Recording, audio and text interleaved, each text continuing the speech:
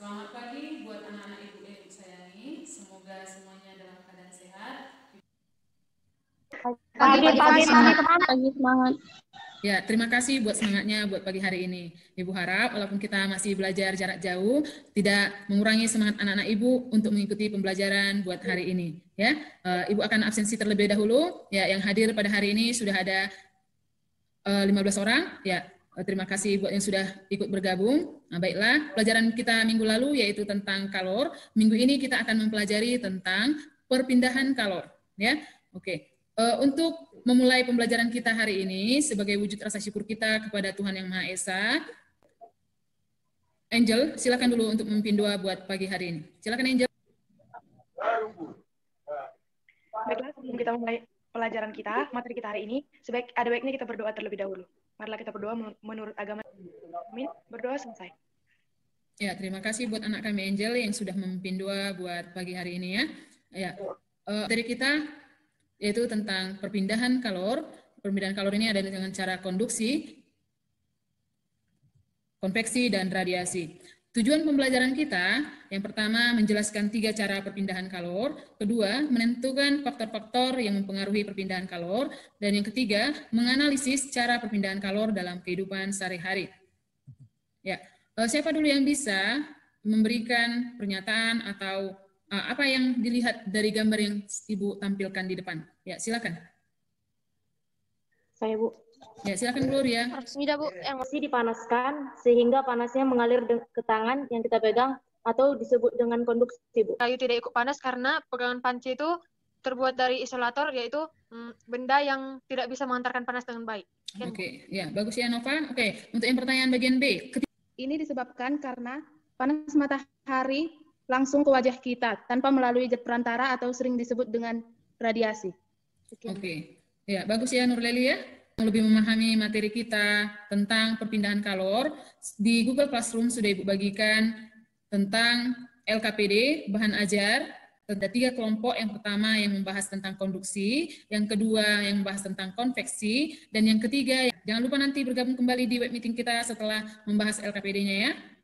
Sudah bergabung kembali di web meeting kita untuk melakukan presentasi dari hasil diskusimu di LKPD. Ya, untuk masing-masing kelompok, Ibu berikan waktu 5 menit. Berpindah ke ujung spatula yang kamu pegang. Perpindahan kalor seperti ini disebut konduksi. Q per TA sama dengan Q per TB. Kemudian, KA sama dengan AA per LA, delta TA sama dengan KB, E per LB, delta TB. Kesimpulan, konduktor ialah zat atau bahan yang menggunakan kalor. Contoh zat yang tergolong konduktor, logam, baja, tembaga, dan lain. Contoh zat yang tergolong isolator yaitu kayu, plastik, kain, dan lain. Menyampaikan hasil diskusinya ya. Nah, kita berikan aplaus untuk kelompok 1.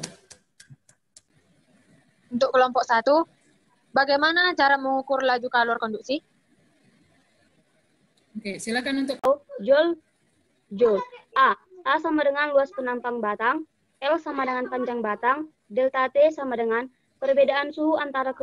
Konveksi adalah perpindahan panas melalui aliran yang zat perantaranya ikut berpindah. Jika partikel berpindah dan mengakibatkan kalor merambat, terjadilah konveksi. Contohnya seperti tadi, angin darat dan angin laut. Kemudian, gerakan naik turun air ketika dipanaskan, dan asap cerobong pabrik yang membumbung tinggi. Secara matematis dapat dituliskan sebagai berikut. H sama dengan Q per T sama dengan HA dikali delta T. Dengan H sama dengan laju perpindahan kalor, Q sama dengan kalor, K sama dengan koefisien konveksi termal, dan A sama dengan luas permukaan. Sekian hasil diskusi dari kelompok 2. Apakah membacakan kesimpulan hasil dari kelompok kami bahwa radiasi adalah peristiwa perpindahan zat kalor dalam bentuk gelombang elektromagnetik. Gelombang elektromagnetik tidak membutuhkan partikel penghantar untuk merambat. Contohnya seperti ketika kita berjalan di luar rumah pada siang hari, maka akan merasakan panas langsung karena perpindahan panas tersebut tidak melalui perantara. Berikut persamaan untuk radiasi adalah laju kalor radiasi, W sama dengan konstanta Stephen Boltzmann T pangkat 4. Energi yang dipancarkan setiap satuan waktunya adalah H sama dengan Q per T, konstanta Stephen Boltzmann AT pangkat 4. Dan energi yang dipancarkan setiap satuan waktu dengan emisivitas adalah H sama dengan Q per T sama dengan E, konstanta Stephen Boltzmann A T pangkat 4. Keterangannya bahwa H adalah laju kalor, Q adalah kalor yang terpancar, T adalah waktu, E adalah emisivitas benda. Konduksi adalah proses perpindahan kalor tanpa diikuti perpindahan partikel penghantarnya. Ya, untuk mengukur laju kalor konduksi itu diukur dengan persamaan H sama dengan Q per T sama dengan K dikali A dikali delta T per L. Ya, di mana H adalah laju perpindahan kalor dalam satuan joule per sekon, Q adalah kalor, K adalah koefisien konduksi termal, A adalah luas penampang, L adalah panjang batang, dan delta T adalah perbedaan suhu antara kedua ujung batang.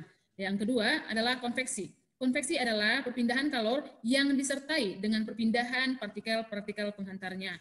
Ya, untuk menghitung laju perpindahan kalor secara konveksi dapat dicari dengan persamaan H sama dengan Q per T sama dengan H dikali A dikali delta T, di mana di sini adalah H adalah koefisien konduksi termal, A adalah luas permukaan, dan delta T adalah perubahan suhu yang terjadi. Oke. Radiasi adalah peristiwa perpindahan kalor dalam bentuk gelombang elektromagnetik. Ya, gelombang elektromagnetik tidak membutuhkan partikel penghantar untuk merambat. 1. Ya. Kemudian ini konstanta Stephen Boltzmann sudah ditetapkan, nilainya 5,67 kali 10 pangkat minus 8. Kemudian A adalah luas penampang, T di sini adalah suhu benda dalam satuan Kelvin pangkat 4. Di persepsi, apa dulu yang bisa membuat kesimpulan hasil diskusi kita? Yaitu konduksi, konveksi, dan juga radiasi. Yang pertama adalah konduksi. Konduksi adalah proses perpindahan kalor tanpa diikuti perpindahan partikel pengantaranya. Dengan rumusnya adalah H sama dengan Q per T sama dengan K dikali A kali delta T per L, dengan H adalah laju perpindahan. Yang kedua adalah konveksi.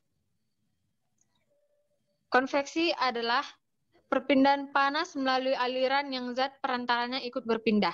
Contohnya adalah gerakan naik dan turun air ketika dipanaskan. Yang ketiga adalah radiasi. Radiasi adalah perpindahan panas tanpa melalui perantara ataupun medium. Contohnya adalah tubuh terpanas berada di dekat sumber api. Rumusnya adalah H dengan I per T sama dengan E dikali konstanta Stephen Boltzmann dikali A dikali T pangkat 4. Sekian kesimpulannya, Bu. Ya, terima kasih buat anak kami Nova ya. Nanti Nova akan mendapat nilai lebih. Manfaat yang saya dapatkan setelah mempelajari tentang 3 cara perpindahan kalor, yaitu saya mengetahui ada 3 cara perpindahan kalor. Yang pertama yaitu konduksi, yang kedua konveksi, yang ketiga radiasi. Dan manfaat lain yang saya dapatkan yaitu saya menjadi berani untuk tampil, untuk membacakan apa yang saya ketahui, seperti itu. Dan saya kegugupan itu pun berkurang saat keberanian itu ada, gitu. Itu yang saya peroleh setelah mempelajari tentang yang sedang dipelajari ini, gitu. Pak. Oke, ya terima kasih buat Saya mau anak menambah, ya yang telah menyampaikannya ya. Materi kuis kita, nanti setelah pembelajaran ini silahkan dikerjakan. Waktu yang Ibu berikan untuk mengerjakannya adalah 30 menit ya. Nah, setelah selesai ini nanti kalian kerjakan. Oke, untuk menutup pembelajaran kita untuk sesi hari ini, silakan buat anak kami Tiarma untuk memimpin doa buat hari ini. Silakan buat anak kami Tiarma. Untuk penutupan pembelajaran kita hari ini, marilah kita berdoa menurut agama dan kepercayaan kita masing-masing. Doa dimulai.